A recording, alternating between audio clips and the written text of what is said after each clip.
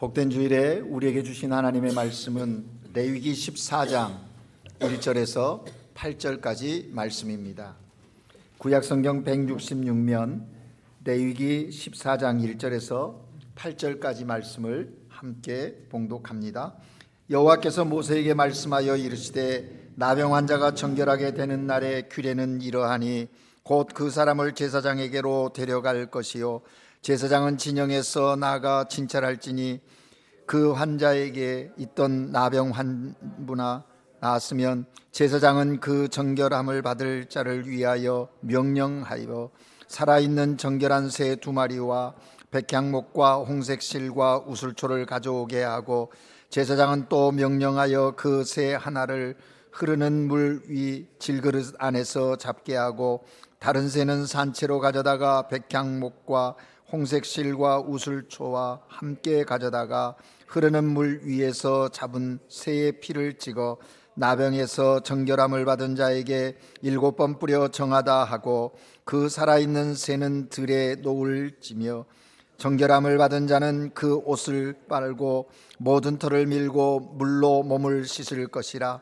그리하면 정하리니 그 후에 진영에 들어올 것이나 자기 장막 밖에 일에 머물 것이요. 아멘. 시온 찬양대가 하나님께 찬양 드립니다.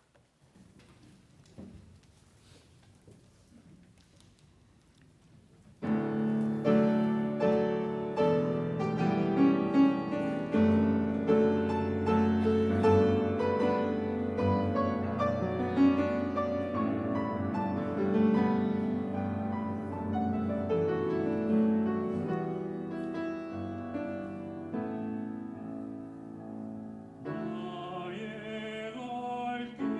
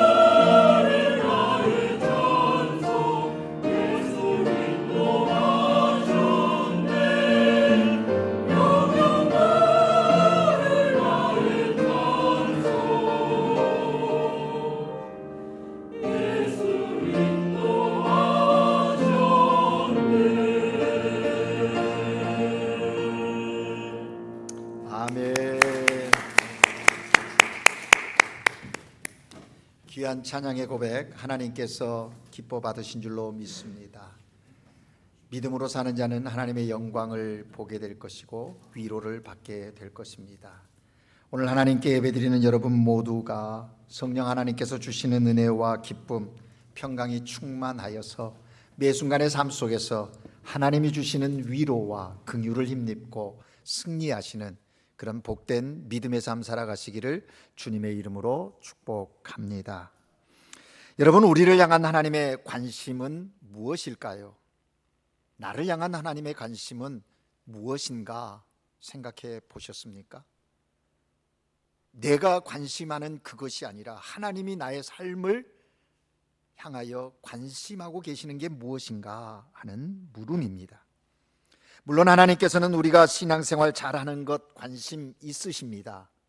뿐만 아니라 우리가 믿음 안에서 행복하게 살아가기를 원하시는 관심도 있으심이 분명합니다.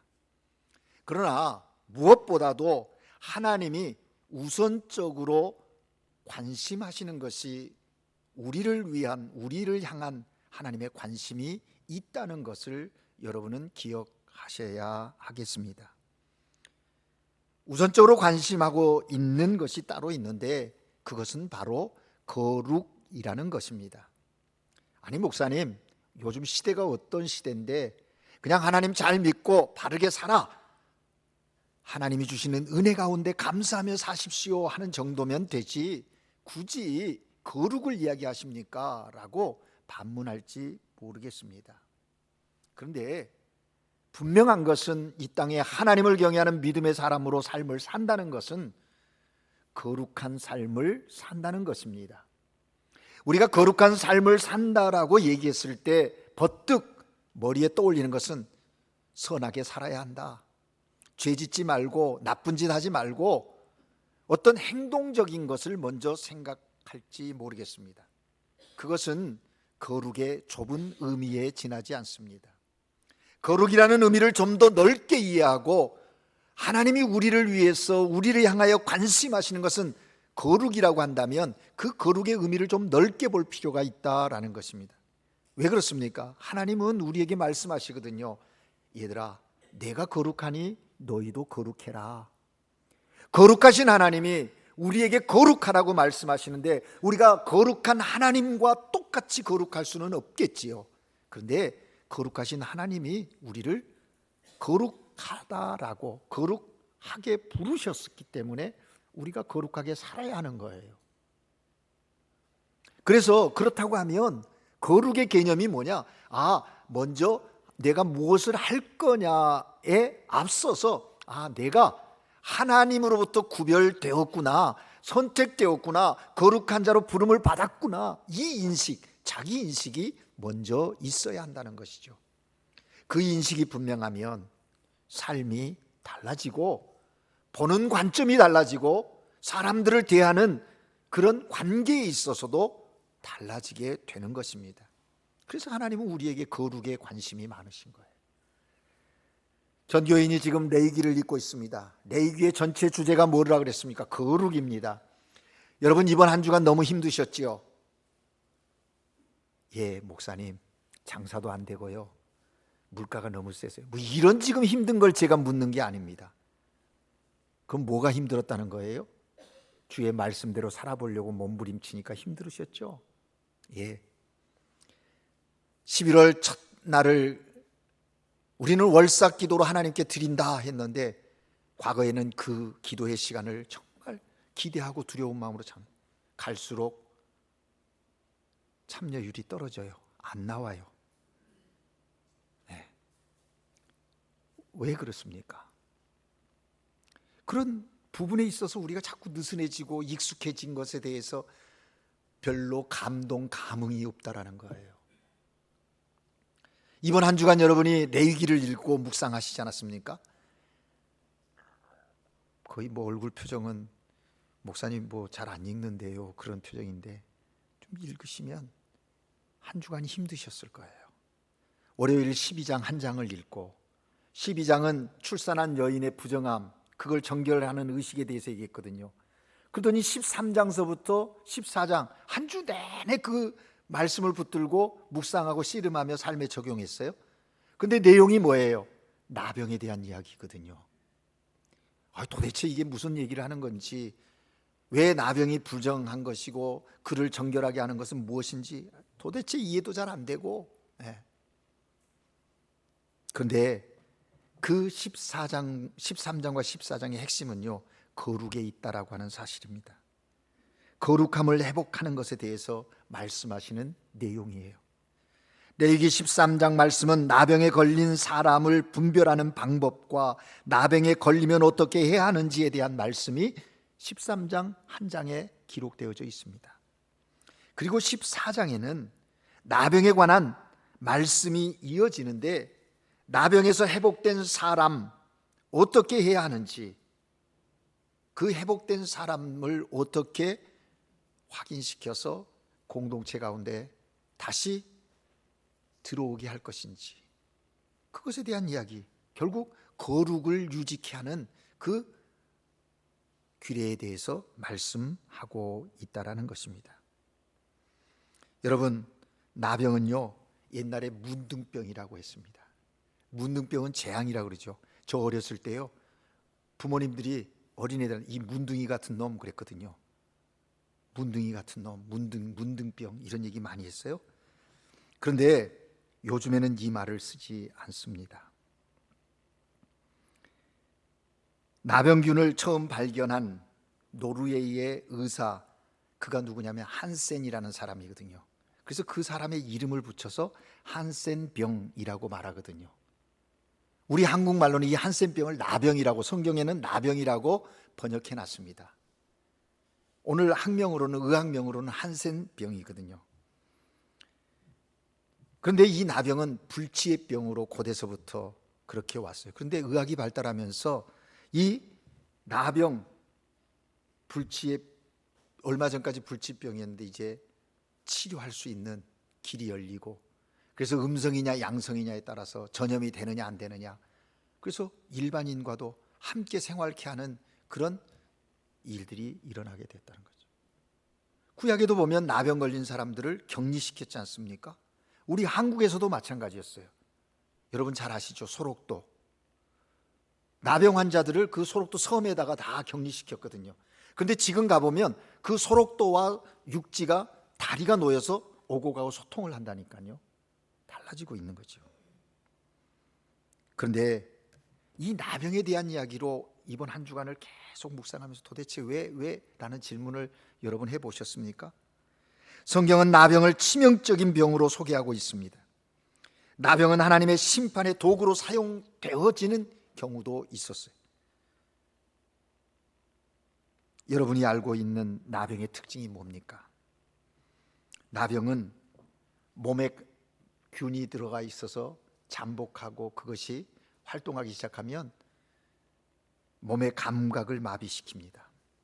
그래서 살과 뼈가 썩어가고, 그런데도 고통을 느끼지 못하게 하면서 염증이 생겨서 그 뼈와 살이 썩어져 가고, 결국에는 그게 뒤틀리고 뭉그러져서 그럼에도 고통을 느끼지 못하고 죽어가는 병이 나병이었다는 거예요.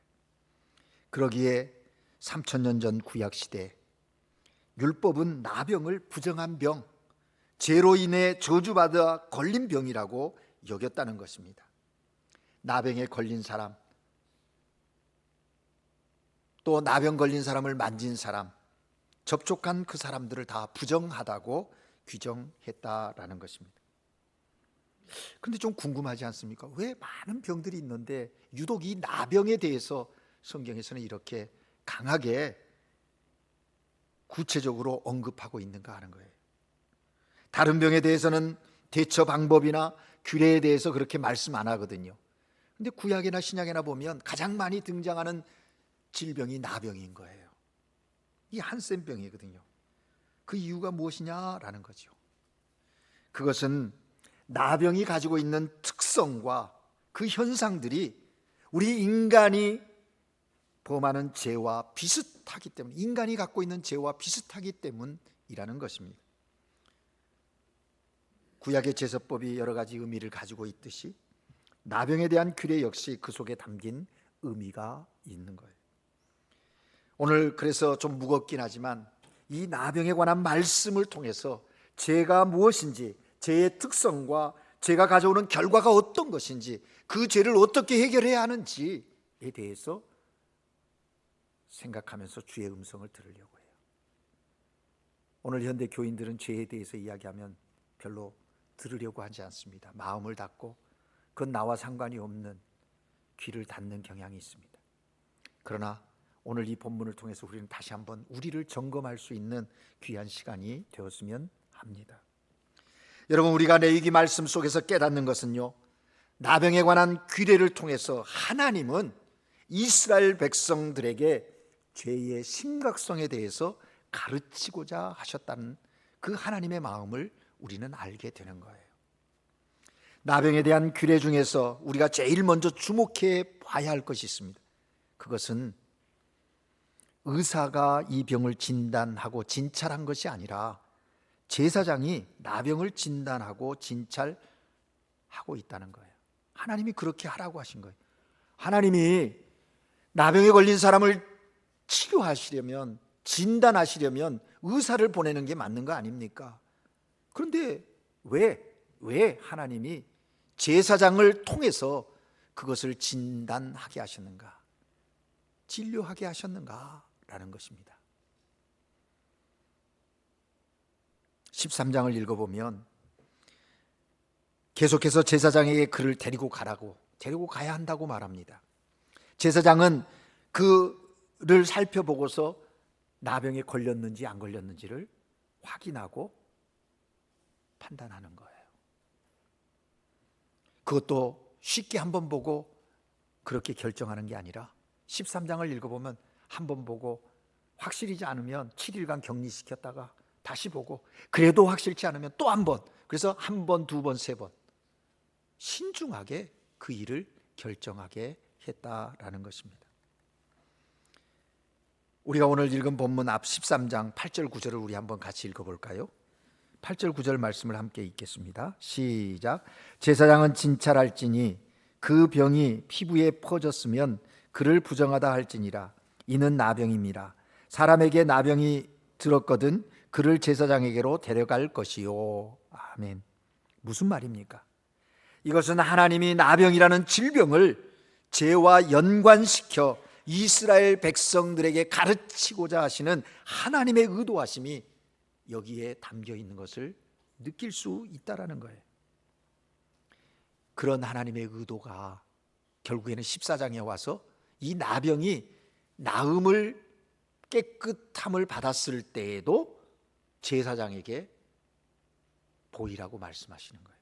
그리고 제사장과 더불어 뭔 제사를 드리냐? 속죄 제사를 드리고, 드림으로 해서 정함을 선언하는 그런 과정을 거쳐요. 그런데 여러분, 그 제사장이 깨끗함을 받아서 이 나병 환자를 보는데도 쉽게 그냥 결정하지 않습니다. 오늘 우리가 읽은 14장 3절에 보면 제사장이요, 진영 밖에 있는 그들을 찾아가는 거예요. 찾아가서 보는 거예요. 관찰하는 거예요. 진단하는 거예요. 근데 여러분, 그냥 눈으로만 했을까요? 아마 제사장이 손을 얹어서 그 상처 부위를 확인하고, 단순히 그게 낫는 것만 확인했을까요? 질병이 들었을 때도 그렇지만, 나을 때도 그렇지만, 그 나병에 걸린 환자와 함께 교제하면서 위로하고 또 함께하는 그런 시간을 갖지 않았겠습니까? 여러분, 우리가 분명히 알아야 하는 건 나병 걸렸다고 하나님이 포기하지 않으셨어요. 포기하지 않으셨어요. 너는 이제 부정하니까 나하고는 관계가 끝이야가 아니었어요. 여전히 그들을 향한 하나님의 마음을 우리는 확인할 수 있다라는 겁니다. 그런데 이러한 나병에 걸리면 이 나병의 증상과 죄의 그 특성이 유사하다라는 것이죠. 나병에 걸리면 피부에 증세가 생깁니다. 그러나 처음 증세는 단지 피부병인 것으로 착각하고 구분하기가 쉽지 않다는 것이죠. 그러기에 나병인데도 별거 아닌 것처럼 생각하는 사람들이 있었습니다. 그래서 피부염으로 생각하고 대수롭지 않게 내버려 두는 그런 사람들이 있다라는 거예요. 그러기에 제사장에 가서 병의 여부를 확인하라고 말씀하고 있는 겁니다. 나병인지 아닌지 판단을 받으라고 하신 것이죠. 여러분, 어쩌면 이 시대에도 마찬가지입니다. 죄성을 가진 우리도 죄에 대하여 민감하지가 않습니다. 무뎌졌습니다. 죄에 대해서 대수롭지 않게 생각하는 것이죠. 내가 하는 죄, 내가 한 죄된 말, 죄된 행동, 그걸 합리화하는 거예요. 깨끗하지 못한 말, 깨끗하지 못한 행동에 대해서 합리화해요. 어떻게 해요? 다들 그렇게 하고 있는데. 그럴 수도 있지 않습니까? 내가 하는 것은 그럴 만한 이유가 있습니다. 그 상황과 그때는 그렇게 할 수밖에 없었어요. 누구라도 그렇게 할 거예요 라고 하면서 합리화하고 정당화하는 그런 모습들이 있지 않냐는 거죠. 죄를 짓고도 나병에 걸려 있음에도 그런 증세가 보이는데도 깨닫지 못하고 살아가는 세상 사람들과 성도들이 있다라는 것입니다. 얼마나 많이 있습니까? 아니 뭐 누가 그렇다는 게 아니라 내가 그렇고 있지는 않느냐는 거죠. 우리 스스로를 점검해 봐야 한다. 그러기에 제사장에게 나아가 병의 여부를, 죄의 여부를 판단받으라고 말씀하신 거예요. 다시 말해서 우리의 죄를 판단하시고 우리의 마음의 동기와 깊은 생각들, 감추고 있고 타협하고 합리화하고 있는 내면의 죄들을 내보이라는 거예요. 가서 점검 받으라는 거예요. 성령님의 거룩한 빛에 비추어 보라는 그런 메시지가 여기에 있는 거예요. 그것이 죄임을 깨달아 알라는 거죠. 그러기에 우리는 하나님께 나아가 기도하는 기도 속에 빠지지 않고 드려야 할 기도가 있습니다. 그것은 바로 하나님, 내 마음을 감찰하셔서 지금 내가 죄된 생각, 죄된 마음, 말과 행동을 하고 있지 않는지 내 눈을 열어서 보게 하소서라고 우리는 늘 기도해야 합니다. 내가 원하는 것만 구하는 것이 아니라, 간구하는 것이 아니라, 그런 간구 전에 먼저 하나님 앞에 여호와여, 내 눈을 열어 내 실상을 보게 하소서. 혹시 악한 것들과 불의한 것들과 부정한 것들이 내 안에 있다면 그것을 보고 철저히 회개하게 해달라고 기도해야 한다라는 것입니다. 여러분, 또 나병은요, 체내에 긴 잠복 기간이 있다는 거예요. 그래서 실제로 나병에 걸린 사람들도 자신이 나병 환자인지를 모르고 지나간다는 거예요. 어쩌면 죄도 그런 성향이 있습니다. 표면으로 나타나지 않으니까 내 안에 내면의 자리에서 그 죄성이 어느 한순간에 드러나고 활동하기도 한다는 거죠. 그러기에 우리는 기도해야 합니다. 항상 깨어 기도해야, 죄에 대해 경계하고 기도해야 되는 거예요. 나병이 나았다고 해도 후에 나병이 다시 재발할 수 있으니까 경계해요. 여러분, 현대에 제일 두려워하는 병이 뭐예요? 암이라는 것이죠. 여러분, 암을 치료하고 나았다고 해서 그냥 이렇게 자유롭습니까? 아니잖아요. 일정 기간 또 그 징후를 살피고 경계하지 않습니까? 제 사촌 동생 부인 재수 씨가 선교사예요. 그런데 피부암으로 수술을 하고 5년이 지나서 다 나았다고 했는데 다시 재발이 돼가지고요, 완치 판정을 받았는데 이전보다 더 많은 부분에 전이가 돼가지고 지금 또 항암 치료를 7차, 8차 해나가고 있어요. 여러분, 죄라는 건요, 우리가 늘 경계해야 하는 거예요. 경계해야. 죄가 그런 것입니다. 죄는 아름답고 나에게 이익이 되는 유혹으로부터 우리에게 다가오거든요. 달콤한 유혹으로 다가와요. 사탄이 하와를 어떻게 유혹했어요? 선악과를 먹으면 내 눈이 밝아져서 하나님처럼 될 것이야, 그 말에 넘어가지 않았습니까? 또 애굽 군대장관 보디발의 아내가 요셉을 어떻게 유혹합니까? 나와 동침하자. 지금 이 집에 아무도 없고 보는 사람 없으니 아무도 모를 거야. 그 유혹에 요셉은 어떻게 반응했어요? 하나님이 보신다고. 그래서 뛰쳐나가지 않습니까? 그 나가는 요셉의 옷자락을 붙잡고 또 얽어매지 않습니까? 유혹이라는 게 그렇게 끈질긴 거예요. 끈질긴 거예요. 여러분, 순간 솔깃하고 달콤한 유혹은 내게 이익이 되고 좋은 것 같지만 그 죄의 결국은 형용할 수 없는 어려움과 참담한 죽음의 결과를 갖게 된다는 것, 우리는 기억해야 합니다. 여러분, 나병과 같이 죄를 짓고 죄를 깨닫지 못하고 계속 놔두고 지속하면 그 죄는요, 우리의 영혼을 썩게 하고 부패하고 더욱 흉측한, 끔찍한, 깨닫지 못한 그런 상태에 이르게 한다는 거죠. 더 나아가 이 나병, 이 죄를 해결하고 깨끗하게 치료받지 않으면 결국 나만 죽음에 이르는 게 아니라 우리 주변에까지 영향을 끼치는 거죠. 가정과 이웃, 주변 사람들에게까지 영향을 미쳐서 파괴하는 그런 전염력이 강하다는 것이죠.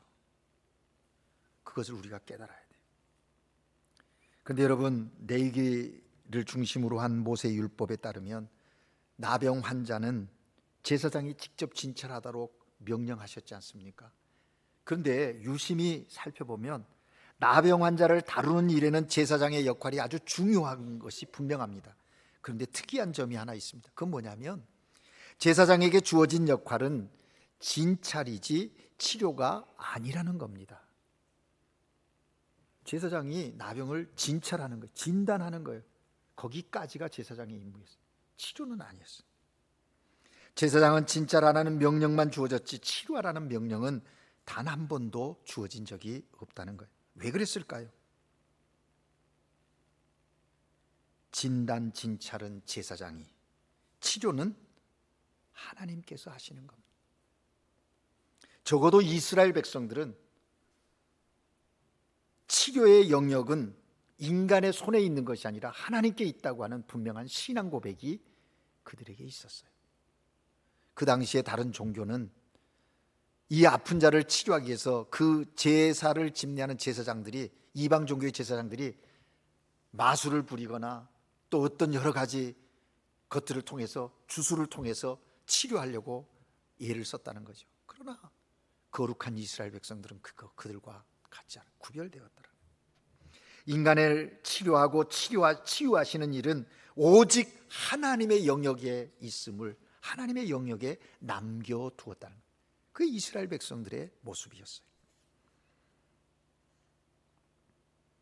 그렇습니다, 여러분. 치료하시는 이는 하나님, 여호와 라파. 의학과 약품과 또 여러 가지 의술들을 통해서 우리의 몸과 우리의 질병들을 치료합니다. 그러나 우리의 고백이 뭡니까?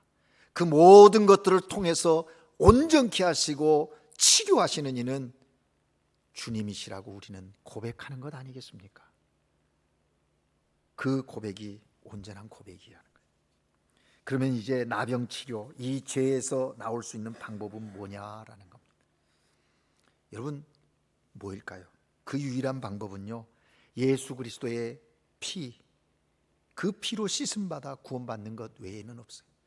죄로부터 자유할 수 있는 유일한 길은 그리스도의 보혈밖에 없다는 거예요. 여러분, 나병에 걸린 사람은 반드시 제사장에게 가서 확인을 받아야 하는 것이 구약의 법이었어요. 3000년 전에 그 규례는 변함이 없었어요. 그런데 여러분 보십시오. 예수 그리스도가 제사장을 통해, 하나님이 제사장을 통해서 그 환자들을 진단하고 진찰하라고 하신 그 하나님께서 이제 1500년 전에 인간의 몸을 입고 이 땅에 오신 거예요.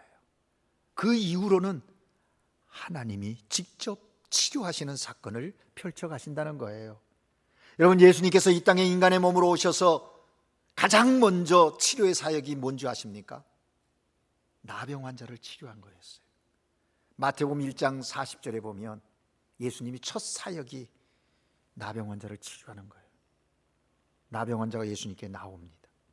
마태도 역시 그렇게 증거하고 있어요. 산상수훈이 끝나고 마태복음 8장에 보면 나병 환자가 예수님께 나와서 요청할 때 예수님께서 손을 내밀어 그를 만지셨다고 증거합니다. 예수님께서 직접 손을 내밀어서 내가 깨끗하게 됐다, 깨끗하다라고 선언하시는 그런 모습을 보게 되는 거예요. 여러분, 왜 마태는 나병 환자가 회복되는 모습을 제일 먼저 기록했을까요? 그것은 이 나병이 죄를 상징하는 병이기 때문이었을 것입니다. 주님이 이 땅에 오신 목적이 치유하는, 가르치고 전파하고 치료하는, 치유하시는 사역 아니었습니까? 그거였어요. 그런데 여러분 보십시오. 예수님 손을 대면, 원래는 나병 환자에게는 아무도 손을 대지 못합니다. 만약 나병 환자에게 손을 대면 된 자도 부정한 자가 되는 거죠. 그런데 예수님이 손을 내밀어서 그를 만졌다는 거예요. 어디를 만졌을 것 같습니까? 분명한 것은 상처 부위를 만지셨을 거예요. 깨끗함을 받으라, 그렇게 말씀하십니다. 예수님이 죄인을 만지면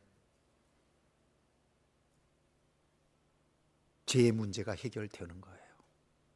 죄의 상처가 아물어지는 그런 놀라운 역사가 일어나는 거예요. 부정하게 되는 게 아니었다는 거예요. 그런데 여러분 보십시오. 성경을 자세히 살펴보면요, 주님의 이 치유 사역을 시작하셨는데 그 시작하는 가운데 뭐 구약이나 신약에 다 보면요, 나병을 치료한다, 고친다 그런 기록이 없어요. 조금 전에는 뭐 예수님이 치료한다, 하나님 치료한다. 근데요, 성경에는 나병을 깨끗하게 한다, 깨끗함을 받으라, 이런 말씀이 있는 걸 보면 죄의 문제는 깨끗함인 거거든요. 부정한 걸 정하게 하는 거, 그것도 역시 깨끗함이 문제이거든요. 나병 환자를 위해서 나병이 깨끗함을 받았다라고 표현해 주시는 거예요. 그러니까 결국은 성경은 나병을 영적인 인간의 죄성으로 보여주고 있다는 것이죠.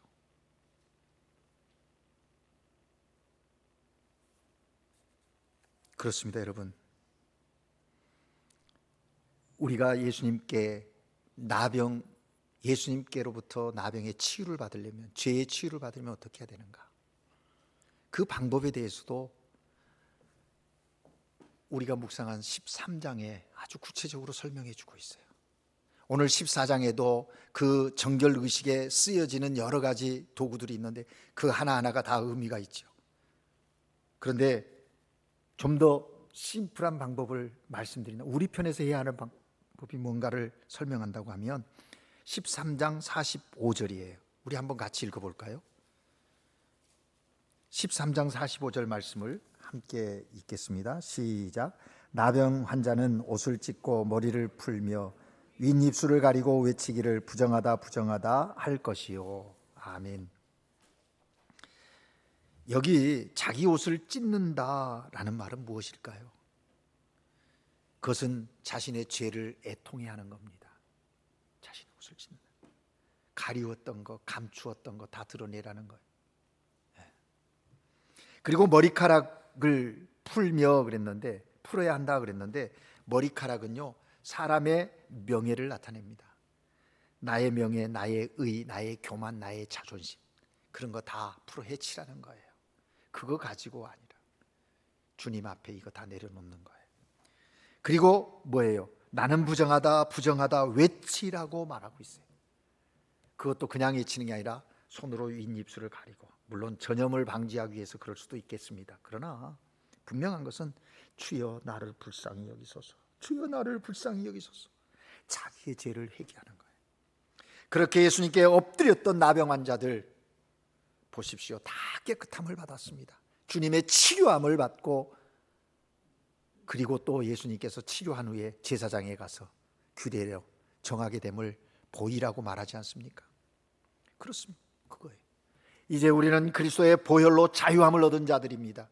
이제 다시는 그러한 죄 가운데 머무를 자들이 아니라 죄 가운데 혹이 머물렀다면 다시 이와 같은 방법으로 주님 앞에 나아가 회개함으로 우리는 의롭다함을 입고 삶을 살아가야 할 하나님의 사람들이라는 거예요. 우리도 예수님께 나아가 내 안의 죄를 깨닫고 회개함으로 영적인 나병에서 깨끗함을 얻어서 죄를 이기고 승리하며 삶의 자리에서 구별된 거룩한 자로 삶을 살아가는 우리 한국인교회 모든 성도님들 되시기를 주님의 이름으로 축복합니다. 기도하겠습니다. 참 좋으신 하나님, 오늘 말씀을 통해서 우리가 영적 나병 환자임을 깨닫게 하여 주시고 부정한 자라고 고백을 주님께 드림으로 거저 주시는 십자가의 은혜를 통해서 자유하게 하시는 놀라운 사랑을 깨닫습니다. 이제 우리의 삶 가운데서 주님이 주신 이 자유의 기쁨을 가지고 거룩한 자로 삶을 살아가게 하옵소서. 주님이 주신 정결함을 유지하기 위하여 날마다 성령 충만함이 있게 하시고 그리스도 안에서 주시는 생명의 그 성령의 법 안에서 참된 자유의 기쁨을 누리고 거룩한 자로 매 순간을 살아가는 하나님의 사람들 되게 하여 주시옵소서. 우리의 삶이 주님 앞에 드려지는 온전한 예배가 되게 하시옵소서. 예수 그리스도 이름으로 기도합니다.